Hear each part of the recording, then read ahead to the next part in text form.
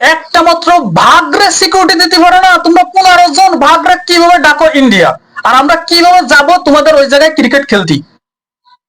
মুস্তাফিজুর কলকাতায় আইপিএল এ খেলতে, তোমরা সেই আইপিএল এ খেলার জন্য মুস্তাফিজুরের সিকিউরিটি দিতে পারো না।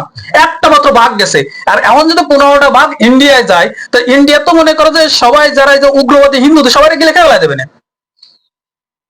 কি জন্য ডাকো, কোন মুখ দেন ডাকো যে তোমরা আসো এসে ইন্ডিয়া ক্রিকেট খেলো? এই জন্যই তো আমরা ডাইরেক্টলি বয়কট করে দিছি। আর সেই বয়কটের জায়গায় স্কটল্যান্ড ঢুকাই দিচ্ছে, এবং স্কটল্যান্ড বাংলাদেশের হয়ে প্রতিনিধিত্ব করতেছে। ওয়াও! আমাদের 20 কোটি জনগণ পুরো ক্রিকেট বয়কট এবং কোন টিআরবি উইথ সম্প্রচার বাংলাদেশে হবে না, কারণ আমাদের একটা মাত্র ভাগ রেতাই তোমরা সিকিউরিটি দিতে পারোনি মুস্তাফিজুর। আর মুস্তাফিজুর মতো আরো 14টা ভাগ আছে, তারা যদি ইন্ডিয়ায় ঢোকে তো সব চাপাই ভাবে খাই ফেলা দেবে। ঠিক আছে, সেই ভয়তে কাপা কাপিতি মুস্তাফিজুরের কান্তি কান্তি উগ্রবাদী হিন্দুরা তার বাদ দিয়ে দিছো। কথা বোঝো না? মুস্তাফিজের একটা ভাগ ছিল, এখন 15টা ভাগটা কিভাবে ডাকো তোমার ধরেন খেলতে? এসছে ভালো ছিল আমাদের শ্রীলঙ্কা খেলতে দিলে, শ্রীলঙ্কার সিংহ ছিল, সিংহ ভাগের লড়াইটাও তো ভালো।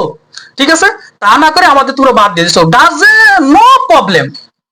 আমরা ভেরি হ্যাপি, আমাদের বাংলাদেশ ম্যানেজমেন্ট, বিসিবি এবং বাংলাদেশ গভর্নমেন্ট যা সিদ্ধান্ত নেবে তাতে আমরা খুব খুশি। ঠিক আছে।